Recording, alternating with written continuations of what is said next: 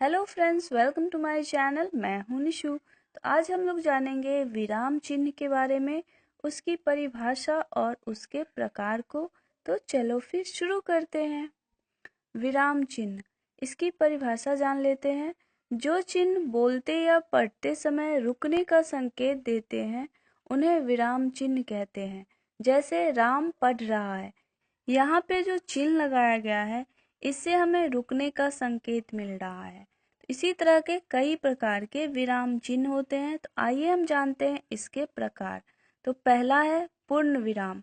प्रश्नवाचक और विस्मयादि बोधक वाक्यों को छोड़कर शेष सभी वाक्यों के अंत में पूर्ण विराम का प्रयोग होता है। इसे इंग्लिश में फुल स्टॉप भी कहते हैं। अगला है अर्ध विराम। जहाँ पूर्ण विराम की तुलना में हमें कम रुकना होता है, वहाँ पे अर्ध विराम का प्रयोग होता है। इसे इंग्लिश में सेमीकोलन कहते हैं। अगला है अल्प विराम। वाक्य में जहाँ बहुत ही कम रुकना होता है, वहाँ पे अल्प विराम का प्रयोग होता है। इसे हम इंग्लिश में कोमा कहते हैं। अगला विराम चिन्ह है प्रश्नवाचक चिन्ह। प्रश्नवाचक वाक्यों के अंत में प्रश्नवाचक चिन्ह का प्रयोग होता है। इसे इंग्लिश में क्वेश्चन मार्क भी कहते हैं। अगला है हर्ष, घृणा, आश्चर्य, विस्मय आदि भावों को व्यक्त करने वाले शब्दों के साथ जो चिन्ह प्रयुक्त किया जाता है उसे हम विस्मयादि बोधक चिन्ह कहते हैं। इसे इंग्लिश में साइन ऑफ एक्सक्लेमेशन कहते हैं। अगला विराम चिन्ह है इखरे उद्धरण चिन्ह। किसी लेख, कहानी, उपन्यास, कविता, पुस्तक इत्यादि का शीर्षक लिखने में इखरे उद्धरण चिन्ह का प्रयोग किया जाता है। आगे हम लोग जानेंगे दोहरे उद्धरण चिन्ह को।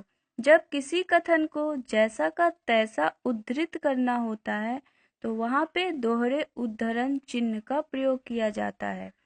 अगला जो चिन्ह है वो है विवरण चिन्ह।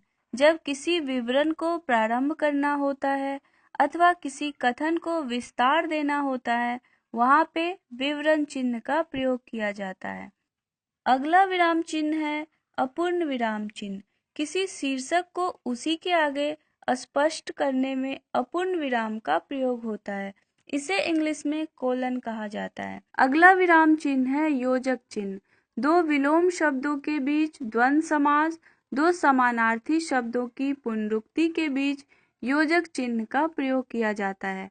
जैसे रात दिन, माता पिता, इसके बीच जो चिन्ह लगाया गया है वो है योजक चिन्ह। घर घर, रात रात, दूर दूर इत्यादि। अगर ये वीडियो पसंद आई हो, हेल्पफुल लगी हो तो इसे लाइक, शेयर और मेरे चैनल को सब्सक्राइब जरूर कीजिए। मिलती हूँ नेक्स्ट वीडियो में नए टॉपिक के साथ। तब तक के लिए गुड बाय।